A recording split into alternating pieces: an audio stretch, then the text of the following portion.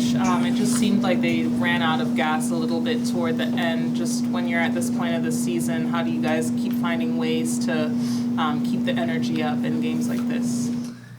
Yeah, I did think we felt like we did get a little tired and made some mental mistakes more than anything. When you get fatigued, sometimes that happens, and really there isn't a simple answer. There's a simple answer, is that you just have to fight through it. It's not like we can go do a bunch of conditioning. That's obviously counterproductive, and particularly we play tomorrow night, so we're going to get home and regroup and get ready. But it was a good win. I thought we played a terrific first half, and these are tough games. They're going to shoot threes, and we knew it. And they had a run there where they made a bunch in a row and really got back in the game. But I thought we responded at the right times.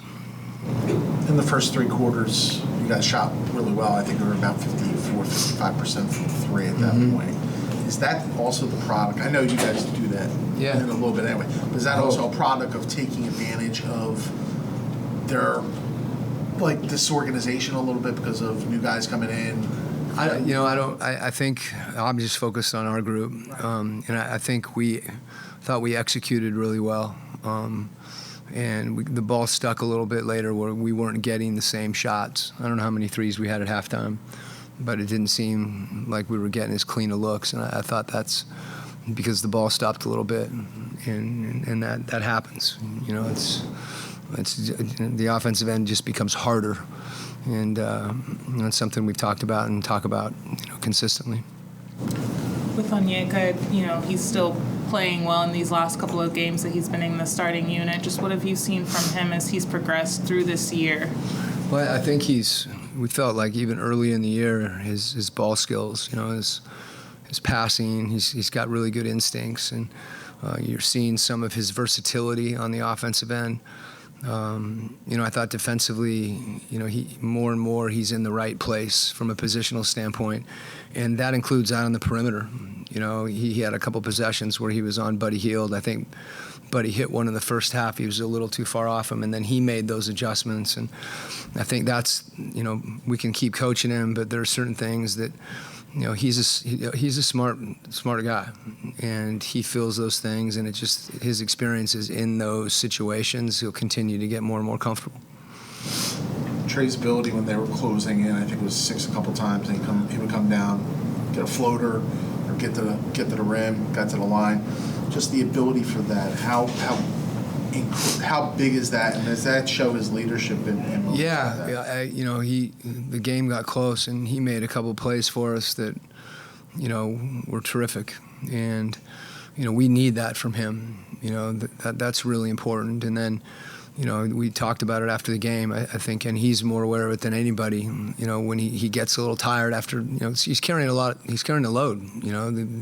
He's responsible for a lot of things offensively, and that's when he'll make a pass that he shouldn't make, and I think that happens when he does get a little tired. But the point of the game you're talking about was really important, and he's capable of doing that, and we're confident in him doing that. Coach, we oftentimes talk about Sadiq's energy and just how he's able to kind of bring that to the game. Just in this game as well, you see him just going after the loose ball. He's so fun to coach because he's just a warrior, and that's like the ultimate compliment in my mind. And he's got a quiet strength about him. He's really intelligent.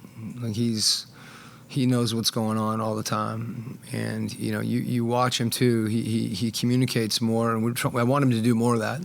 Because when you have that type of understanding, and we've got a few guys like that. Hunt's like that too, and we keep getting those guys to share in those respects. But I think both of those guys, their toughness and Jalen, I'd be remiss. There was a possession in front of our bench late. He played defense that was just outstanding. He got stood up a couple times, showed his hands where he didn't foul, guarded a game. He must have had to guard 3 or 4 different. And Tobias Harris is hard to guard. And then he was on Buddy Hield, and it was a similar situation. So, but back to Sadiq. his energy and his competitiveness, you feel it. And I think when you're out there with him, you feel it, and it's inspiring. It gets you going. Thanks, Coach. Thanks. Thanks, Coach. Okay.